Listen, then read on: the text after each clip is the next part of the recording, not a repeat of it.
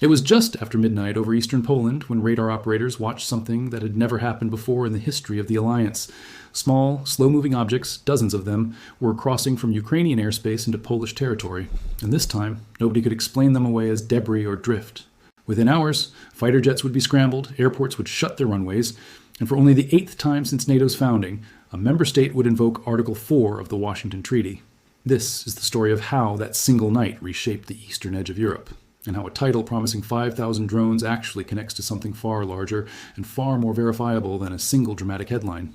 Let's start with what is actually confirmed, because in a story this loaded with claims, separating fact from speculation matters more than usual. On the night of September 9th into September 10th, 2025, Russia launched one of its now routine mass drone and missile barrages against targets inside Ukraine. But on this particular night, a cluster of those drones did not stay within Ukrainian airspace. According to Poland's own foreign minister, Radek Sikorski, 19 Russian drones crossed into Polish territory. Some reports from Western outlets, including Newsweek, describe the total tracked group as closer to 20 to 21 objects moving toward the alliance's border before several confirmed the crossing. Whatever the precise final tally, the direction of travel and the confirmation of at least 19 incursions is not in dispute. Polish and Allied air defenses responded. Dutch F-35 stealth fighters, only days into a new NATO patrol rotation along the alliance's eastern front, took part in intercepting the incoming drones. 4 were shot down with the help of Allied forces. The rest crashed, in some cases causing damage on the ground, including to a house in the village of Wielkie Wola in eastern Poland, according to reporting from the Associated Press. Warsaw's airspace closed that morning. So did the airspace above Rzeszów, a city that has become one of the most important logistics hubs for Western military aid flowing into Ukraine, and above Lublin as well. For a brief window, 3 major hubs of Polish civil aviation went dark because of a wave of drones that had, until that night, always stayed on the other side of the border. This was, according to multiple European officials and independent experts, the most serious violation of NATO airspace since Russia's full-scale invasion of Ukraine began in February 2022. Poland's government did not treat this as routine. The country formally requested Article 4 consultations with its NATO allies, a mechanism that allows any member state to call for formal discussions when it believes its territorial integrity, political independence, or security is threatened. This is not something invoked lightly. In NATO's entire history, it had happened only 7 times before that night. Poland's decision to trigger it for an 8th time signaled that Warsaw viewed this incursion as something categorically different from the occasional stray drone or missile fragment that had crossed into its territory in past years. Why did this happen, and was it deliberate? This is where the story gets genuinely contested, and where a responsible account has to slow down rather than rush to a dramatic conclusion. Russia's government denied that it had deliberately targeted Poland. Belarus, a close ally of Moscow, whose airspace lies along part of the flight path those drones would have taken, offered its own explanation. Belarusian officials said that some of the drones had lost their intended course because of electronic jamming, essentially arguing that this was accidental drift caused by the chaos of electronic warfare rather than an intentional provocation. Polish officials were skeptical, and their skepticism rests on a fairly simple point of logic. Radek Sikorski put it directly: if 1 or 2 drones stray off course, that could plausibly be a technical malfunction. But 19 drones crossing the same border on the same night defies the odds of pure accident. Thomas Withington, an expert in electronic warfare at the Royal United Services Institute in London, offered a similar assessment to reporters, saying that while proving intent is inherently difficult, having so many aircraft lose their way at once was starting to look rather deliberate. Withington also raised a theory that has been echoed by other analysts since, that one purpose of an incursion like this, whether centrally ordered or the product of a looser, permissive targeting policy, could be to test NATO's reaction time and its willingness to respond forcefully to drone incursions specifically, as opposed to more conventional missile or aircraft threats. That distinction matters enormously, and it's worth pausing on it, because it's the actual secret logic behind a story like this one, more than any single dramatic number. NATO's air defense architecture was built, over decades, primarily to detect and destroy fast-moving, high-value threats: fighter jets, bombers, cruise missiles, ballistic missiles. Cheap, slow, low-flying drones, many of them variants of Iranian-designed Shahed drones that Russia now manufactures domestically at scale, represent a fundamentally different kind of problem. They are inexpensive to build, difficult to detect, on radar systems tuned for faster and larger threats, and expensive to shoot down, since intercepting a drone that might cost a few tens of thousands of dollars often means firing a missile that costs a great deal more. Ukraine has lived with this asymmetry every single night for years. On September 10th, 2025, NATO got its first direct sustained taste of that same problem on its own territory. The alliance's response came quickly, at least in announcement terms. On September 12, 2025, just 2 days after the incursion, NATO Secretary General Mark Rutte stood alongside Supreme Allied Commander Europe, General Alexis Grinkewicz, and announced the launch of a new military activity called Operation Eastern Sentry.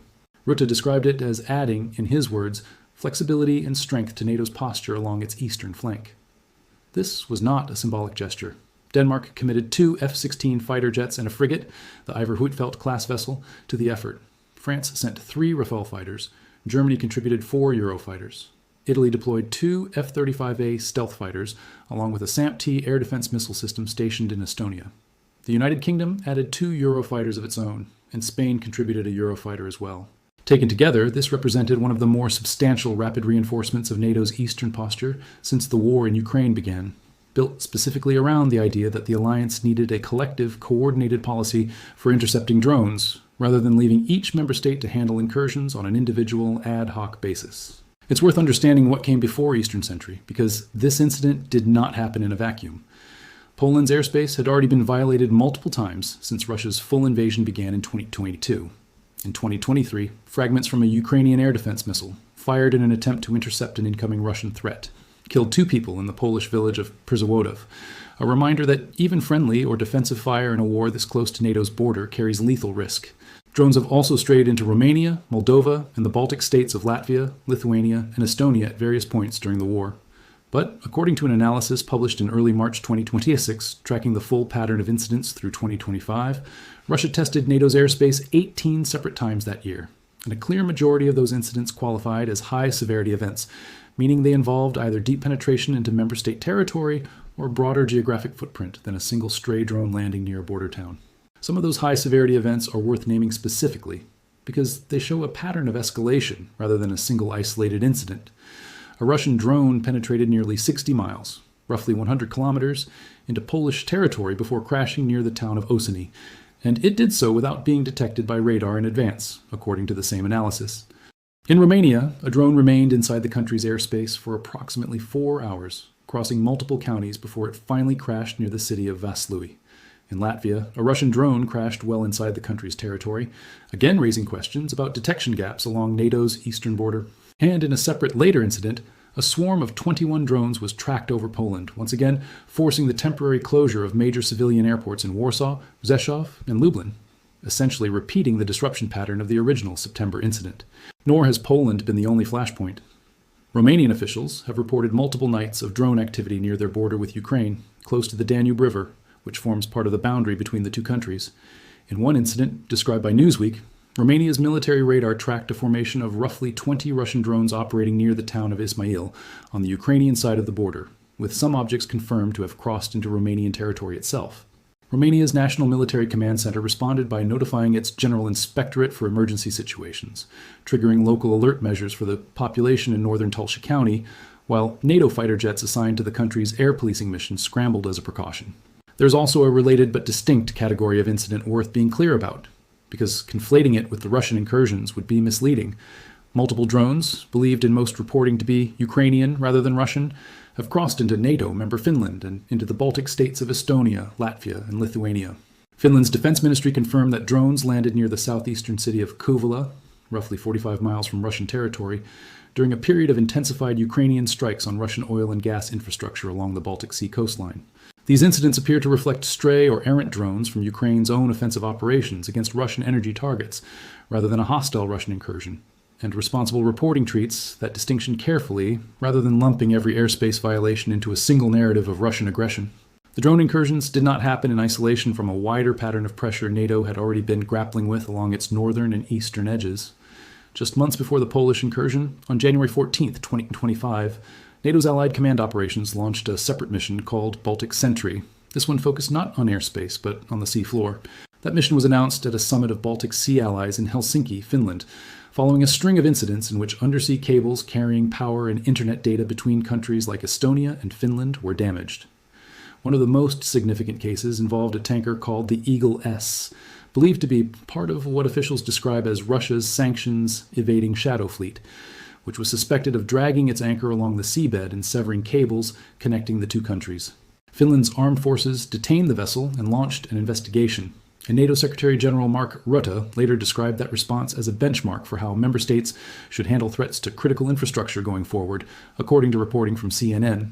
Rutte also noted, in comments captured by AFCEA International, just how much rides on that infrastructure, pointing out that more than 95% of global internet traffic runs through undersea cables, and that roughly 1.3 million kilometers of cable beneath the world's oceans underpin an estimated $10 trillion in financial transactions every single day.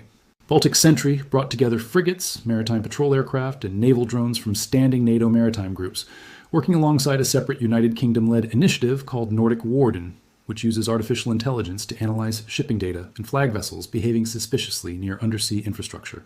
Russia has denied any role in the cable damage, attributing incidents to accidents or ordinary maritime activity. But Baltic state officials, including Estonia's leadership, have publicly said they do not accept that explanation given how frequently these incidents have recurred. All three Baltic states responded not just with new monitoring missions, but with hard budgetary commitments, announcing plans to raise defense spending to 5% of GDP in the coming years, a figure that would have been almost unthinkable for most European militaries only a decade earlier. Taken together with the September drone incursion into Poland, the pattern that emerges is one of pressure applied simultaneously across multiple domains, under the sea, in the air, and through cyber and electronic channels, each individually deniable, each falling into a gray area just below the clear threshold of armed attack. Analysts who study what is often called hybrid warfare argue that this is precisely the strategic logic at work. Rather than a single dramatic act that would unambiguously trigger NATO's Article 5 collective defense clause, a steady drip of smaller incidents forces the alliance to spend enormous resources on vigilance and response, tests the speed and cohesion of its decision-making, and probes for gaps in coordination between member states, all while allowing the country responsible to maintain at least a surface level of deniability. Whether it's a drone that Belarus says simply lost its way, or a tanker that Russia says merely suffered a mechanical accident while its anchor happened to be dragging across a data cable, the plausible deniability is, in the assessment of several Western officials and independent analysts, part of the point, rather than an accident of circumstance. Poland's own domestic response reflects how seriously this pattern has been taken at the national level, independent of NATO's collective actions. In the aftermath of the September drone incursion, Poland accelerated defense spending that was already among the highest in NATO as a share of GDP, and Polish officials began pushing more forcefully within alliance discussions for faster, more automated systems that would allow member states to intercept small drone threats without needing to scramble expensive fighter jets for every single incident, precisely the cost asymmetry problem described earlier in this account. That push is fed directly into the counter-drone experimentation happening in Romania, and the broader integrated air and missile defense work now underway across NATO's eastern flank. Now, let's return to the number in the title of this video, because a serious analysis has an obligation to check its own premise rather than simply repeat it. Did 5,000 drones cross into NATO territory in a single event? Based on every named checkable source available, including NATO's own statements, Poland's foreign ministry, Reuters, the Associated Press, and independent trackers like Russia Matters? The answer is no. No confirmed single incident of that scale exists. What does exist, and what the number is very likely drawing on, is the staggering scale of Russia's broader drone war against Ukraine, a scale that has genuinely reached and repeatedly exceeded 5,000 drones, just not in the way a viewer might assume from the headline alone. Consider the monthly totals. According to an AFP analysis of daily reports published by Ukraine's Air Force, Russia launched 6,583 long-range drones against Ukraine during April 2026 alone, a new record at the time, and roughly 2% higher than the previous record set the month before in March, when Russia fired 6,462 drones, according to the same Ukrainian Air Force data, as reported by Euronews. Ukraine's own air defenses intercepted the overwhelming majority of those, reportedly around 88% of all incoming drones and missiles combined during that period. But the sheer scale of production and launch capacity Russia has built is what makes numbers like 5,000 or 6,000 a monthly reality, rather than an exaggeration. This is drone warfare at an industrial scale, the kind of number that would have sounded like science fiction just a few years into the war, and is now a matter of routine reporting. The trend has not slowed. In May 2026, Ukrainian President Volodymyr Zelensky said that Russia had fired more than 1,560 drones against Ukrainian cities and communities within a span of roughly 48 hours, according to Al Jazeera's reporting, which cited his statements directly. On a single night within that same period, The Ukrainian Air Force reported that Russia launched 675 attack drones and 56 missiles, with Ukrainian air defense units claiming to have shot down 652 of the drones and 41 of the missiles. And in March 2026, according to Al Jazeera, Russia carried out one of the largest aerial attacks of the entire war, launching 948 drones in a single 24-hour period, coinciding with what analysts described as the opening moves of a new spring offensive.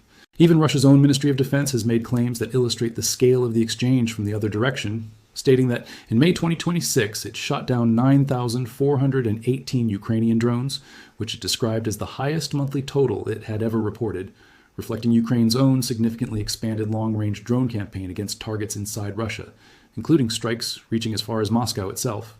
So when a title invokes a figure like 5,000 drones crossing the line, the honest and responsible framing is this. That number reflects the true scale of a drone war that has become normalized at a level almost impossible to imagine before this conflict began. A war in which thousands of drones now cross contested skies in a single month. It is not, based on every source available as of this recording, a description of a single mass incursion into NATO airspace. The real, verified line that was crossed happened on a much smaller but far more politically significant scale, when 19 to 21 drones entered Polish airspace on one night in September 2025, and when subsequent incidents throughout the following months confirmed that this was not a one-time fluke. What has NATO actually built in response, beyond the initial jets and frigates deployed under Operation Eastern Sentry? This is where the story moves from a single dramatic night into a longer, more institutional transformation that is still unfolding as this video is being made. NATO officials have been explicit that Eastern Sentry's core purpose is to optimize what they call integrated air and missile defense, or IAMD, ensuring that sensors, command and control systems, and the actual weapons used to intercept threats are properly connected and positioned across the alliance's eastern flank. United States Lieutenant Colonel Brennan Gallagher, an Allied Air Command senior planner and one of Eastern Sentry's operational leads, described integrated air and missile defense as, in his words, the backbone of the entire operation, during an interview with NATO's own Allied Air Command in November 2025. That institutional effort has since moved from a defensive scramble into structured testing and experimentation. In April 2026, NATO allies gathered at the Capu Media Training Range in Romania for an event called the Layered Counter-Uncrewed Aerial System Initiative Crucible, held as part of a broader exercise known as Eastern Phoenix 26. According to NATO's Allied Air Command, the event brought together roughly 500 personnel and approximately 215 distinct technical systems, all working to accelerate the integration of counter-drone technology under realistic, structured conditions. The event was organized jointly by Romania's Ministry of National Defense and NATO's Allied Command Transformation, and it represents exactly the kind of unglamorous technical groundwork that rarely makes headlines but is arguably more consequential than any single dramatic incursion, because it's building the actual systems that will determine whether the next 19-drone incident or the next 100-drone incident gets intercepted before it ever reaches a Polish village or a Romanian county. The European Union has moved in parallel with its own institutional response, distinct from but coordinated alongside NATO's efforts. Plans have been developed for what is now being called the European Drone Defense Initiative, sometimes referred to informally as the European Drone Wall, alongside a related project called Eastern Flank Watch. According to analysis from the European Parliament's own research service, implementation of these flagship projects is set to begin during 2026, with initial operational capabilities expected by the end of that year, and full functionality targeted for the end of 2027 for Eastern Flank Watch specifically, and by the end of 2028 for the broader drone defense architecture. These initiatives are explicitly designed to integrate air defense, electronic warfare, surveillance, and maritime security systems along the EU's eastern land and sea borders, working in close coordination with NATO's existing structures like Baltic Air Policing and Operation Eastern Sentry itself, rather than duplicating them. Funding for this build-out is substantial and tied directly to the broader war effort. European Commission President Ursula von der Leyen announced during a State of the Union address that the European Union would allocate 6 billion euros drawn from interest generated on immobilized Russian state assets to support Ukraine's own drone production capacity, under a framework being described as a drone alliance with Ukraine. The logic behind this is notable in itself. Rather than treating Ukraine purely as a recipient of Western military hardware, NATO and EU planners increasingly view Ukraine's own battlefield experience, built through nearly 4 years of nightly drone warfare, as a direct source of expertise that can be applied to protecting the rest of Europe. Ukraine has, in fact, already begun exporting elements of its air defense knowledge elsewhere, having agreed to provide Gulf states with components of its air defense systems, including maritime drone technology electronic warfare capability, and interception systems, following a tour by President Zelensky through Saudi Arabia, the United Arab Emirates, Qatar, and Jordan, a development reported in detail by Euronews. It's worth stepping back here and asking what all of this actually means strategically, beyond the individual data points. For most of NATO's post-Cold War existence, the alliance's eastern flank was treated as relatively stable, if watchful, frontier. Article 5, the alliance's mutual defense guarantee, loomed as a powerful deterrent precisely because it had never needed to be tested by a direct, unambiguous attack on a member state. What the pattern of drone incursions throughout 2025 and into 2026 represents is something more ambiguous and, in some ways, more strategically challenging than a clear-cut attack would be. A single drone, or even 19 drones, crossing a border for a few hours does not obviously meet the threshold of an armed attack that would trigger Article 5. Poland notably did not invoke Article 5 after the September incursion, choosing instead the lower threshold Article 4 consultation mechanism. That choice itself tells a story. It suggests that even the country most directly affected by the incursion viewed it as serious enough to demand formal alliance-wide discussion, but not clearly enough an act of war to invoke the alliance's ultimate collective defense guarantee. This is precisely the kind of gray zone that some analysts, including Thomas Withington at RUSI, believe may be the point. If a pattern of small, deniable, technically ambiguous incursions can occur repeatedly without ever triggering a full Article 5 response, it allows for a form of pressure and probing that stays below the threshold of open conflict, while still forcing NATO to spend enormous resources, attention, and political capital on defense and deterrence along its eastern border. Whether or not each individual incursion is centrally ordered from Moscow, deliberately permitted through loose rules of engagement, or occasionally the product of genuine technical error, as Belarus has claimed, the cumulative effect is the same. NATO has been forced to fundamentally rethink and rebuild its air defense posture around a threat category, cheap, mass-produced drones that its Cold War-era architecture was never designed to counter efficiently. It's also worth understanding where all of these drones actually come from, because the scale described earlier doesn't happen without a serious industrial base behind it. Russia's long-range strike drones are largely derived from the Iranian-designed Shahed family, a relatively cheap delta-wing loitering munition originally supplied by Iran early in the war. Rather than remaining dependent on Iranian imports, Russia has spent the past several years building its own domestic production lines, reportedly with continued technical cooperation from Iran, scaling up manufacturing to the point where monthly output now comfortably exceeds the thousands of units reflected in the launch figures already described. That industrial shift, from importing a few hundred drones to manufacturing several thousand a month domestically, is arguably the single biggest structural change in this war over the past 2 years. And it's the underlying reason why incidents like the Polish incursion are widely expected to keep happening rather than fade away. When a weapon becomes cheap enough and plentiful enough to fire in the thousands every month, a handful drifting or being directed across a border becomes a statistical near certainty over time, regardless of whether any individual incident was centrally ordered. The diplomatic response has moved on a track parallel to the military one. Around the same period as the intensified spring 2026 drone offensive against Ukraine, the United States, under the Trump administration, presented a new package of economic penalties aimed at Russia, designed to be implemented jointly with European partners, according to reporting on NATO's response to the drone escalation. The stated goal was to increase pressure on Moscow to move towards serious negotiations, running alongside the military reinforcement happening on NATO's eastern flank, rather than as a substitute for it. Ukrainian military leaders, for their part, have said that Russian forces intensified attacks along a front line stretching roughly 750 miles, with the Institute for the Study of War assessing, in analysis cited by the Associated Press, that the surge in strikes indicated Moscow's long-anticipated spring offensive was fully underway by March 2026. Rzeszów deserves particular attention in this account, beyond simply being one of the cities whose airport closed during the September incursion. The city sits close to Poland's border with Ukraine and has functioned since early in the war as one of the most important logistical choke points for Western military assistance flowing into Ukraine, with a nearby airport used extensively for the transfer of equipment, ammunition, and personnel. Its inclusion among the airports forced to close during the drone incursion was not incidental.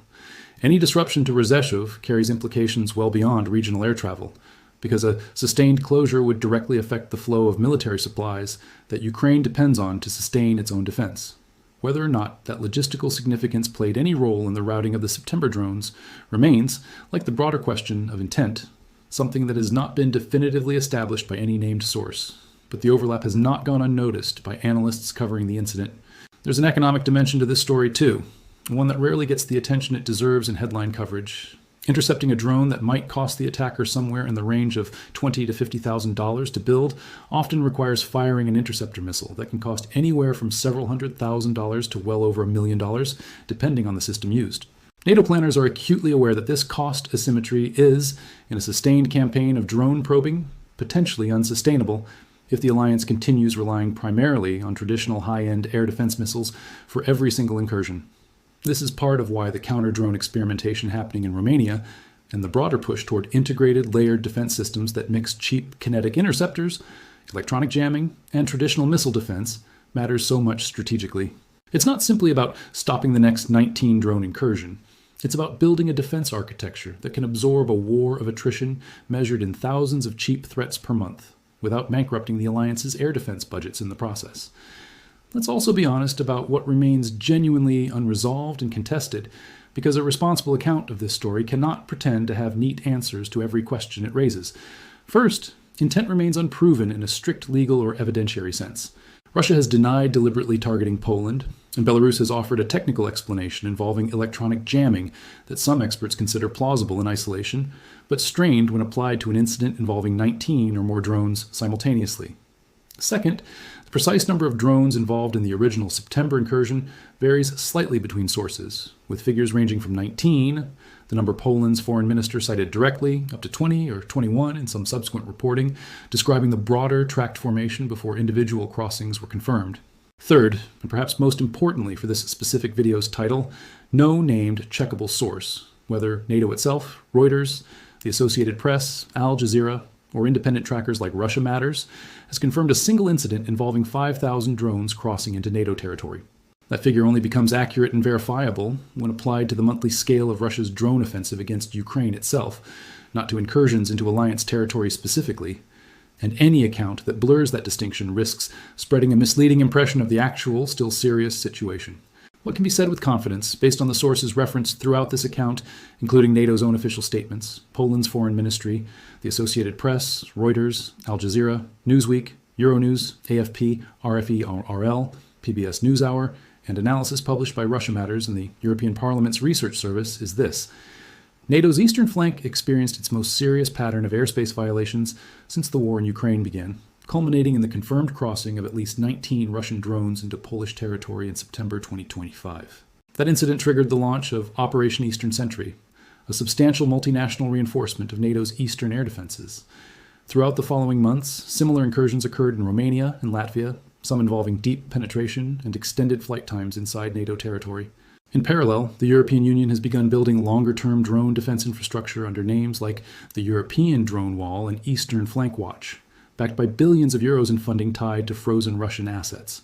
And separately, the broader war between Russia and Ukraine has reached a scale where monthly drone launch figures on both sides now routinely exceed 5,000, sometimes approaching 10,000, representing an industrialization of drone warfare that would have seemed almost unimaginable in the war's earlier years. Given everything laid out here, it's worth genuinely asking what you think the right response should be. Does a pattern of small, technically deniable drone incursions like the ones into Poland, Romania, and Latvia represent a serious enough threat that NATO should consider a more forceful, unified deterrent posture, even at the risk of escalation? Or does the alliance's current approach, building layered defenses, running joint exercises like Eastern Phoenix 26, and reinforcing the eastern flank through operations like Eastern Sentry, strike the right balance between defending member states and avoiding a wider war that nobody on either side appears to actually want? There isn't an obviously correct answer here, and reasonable people looking at the same set of verified facts have reached different conclusions. If you have thoughts on where this is heading or on how NATO should be weighing the cost of constant vigilance against the risk of overreaction, it's worth putting those thoughts into words in the comments below, because this is exactly the kind of story where hearing how other people are reading the same evidence adds real value. And if this kind of grounded, source-based breakdown of what's actually happening along NATO's eastern flank is useful to you, it's worth checking back for how this story develops, since operations like Eastern Sentry, the European Drone Wall, and the broader air defense build-out in Romania and the Baltic states are all still very much in progress, with major developments expected well into 2027 and beyond. Thanks for watching, and we'll continue tracking this one as the verified facts continue to come in.